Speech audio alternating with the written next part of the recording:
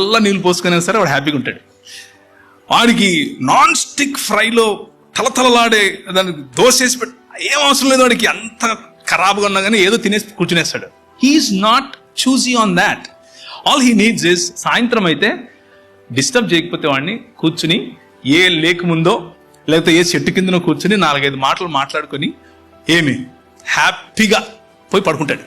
This is what men are. This is how they are built.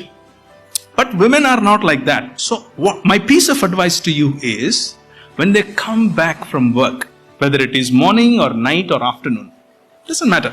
When they come back from work, give them their space.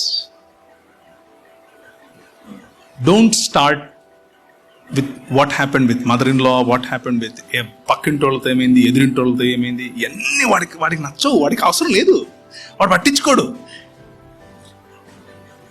వాళ్ళకి అవసరం లేదు. అవి మీకు అనిపిస్తుంది these are the most important things of life world అనిపించచ్చు మీకు. వాడికి అవసరం లేదు అది. వాడు Israel నశించిపోతుందంటే okay, that part of news వాడికి అంతే. ఉక్రెయిన్ లో బాంబు పడింది అని అంటే హూ కేర్స్, నాకు ఇక్కడ మా బాస్ ఎత్తాడు అనుకుంటాడు. That's how simple it is. So men are simple. Respect their simplicity. You will have best life. Respect their simplicity. Leave them alone for some time.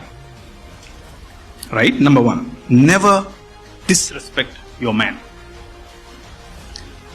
ఏ రోజు మీరు డిస్రెస్పెక్ట్ చేస్తారో ఆ రోజు ఒకసారి నవ్వుకుంటాడు, వదిలేస్తాడు.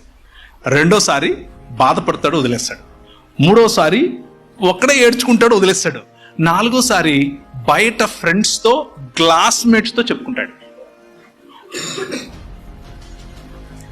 అది మీకు అవసరం అనుకుంటే